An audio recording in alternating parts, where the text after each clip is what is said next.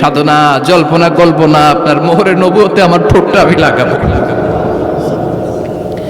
আপনার মোহরে নবুয়তের মধ্যে আমার ঠোঁটটা লাগিয়ে আমার ঠোঁটটারে আমি জাহান্নাম থেকে পরিত্রাণ করাবো।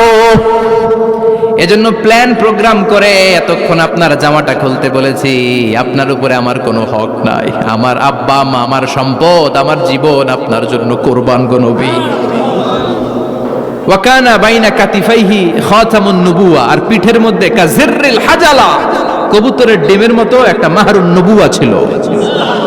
উনি যে শেষ নবী, উনি যে প্রফেট, দ্য লাস্ট মেসেঞ্জার, এটা প্রমাণ আল্লাহ সিল মেরা দিছে বাম দিকের কাঁধে, ডান দিকে না। কোন দিকে? সাহাবারা যারা এটা দেখেছেন তারা বলেছেন যে আমরা দেখেছি এর মধ্যে কিছু চুলও ছিল, একটু লালচে ছিল, একটু উঁচু ছিল। একদিন বিশ্বনবী বললেন, বান্দার কোনো হক আল্লাহ কোনোদিন ছেড়ে দেয় না। আল্লাহর হক আল্লাহ মাফ করে, বান্দার হকের মাফ নাই। যদিও আমি নবী, আমার উপর যদি কোনো হক থাকে বলো, আমি দিয়ে দেব। কোন সাহাবী দাঁড়ায় না। এক সাহাবী দাঁড়িয়ে বলল, নবী, যুদ্ধের ময়দানে চাবুক চালানোর সময়, লাঠি চালানোর সময় এক কাফেরকে মারতে যে আপনার লাঠির বাড়ি আমার পিঠের মধ্যে পড়েছে। আপনি যেহেতু এই কিসাসটা আদায় করতে চান, আপনার পিঠে আমি লাঠির বাড়ি মেরে এটারে শোধবোধ করে দিতে চাই। সাইয়েদনা ওমরে ফারুক হাদের জামা এরকম পড়তে শুরু করছে, আয় এদিকে আয়, তোরে শোধবোধ করাই। বিশ্বনবী বললেন, ওমর রাখো, এটা বান্দার হক, মিটাতে দাও। বিশ্বনবী বললেন, আসো তুমি এসে আমার পিঠে লাঠি দিয়ে চাবুক দিয়ে বাড়ি মারো। সাহাবী বলে, ও নবী, তখন দুর্ভিক্ষের সময়ের যুদ্ধ ছিল, আমাদের গায়ে জামা ছিল না।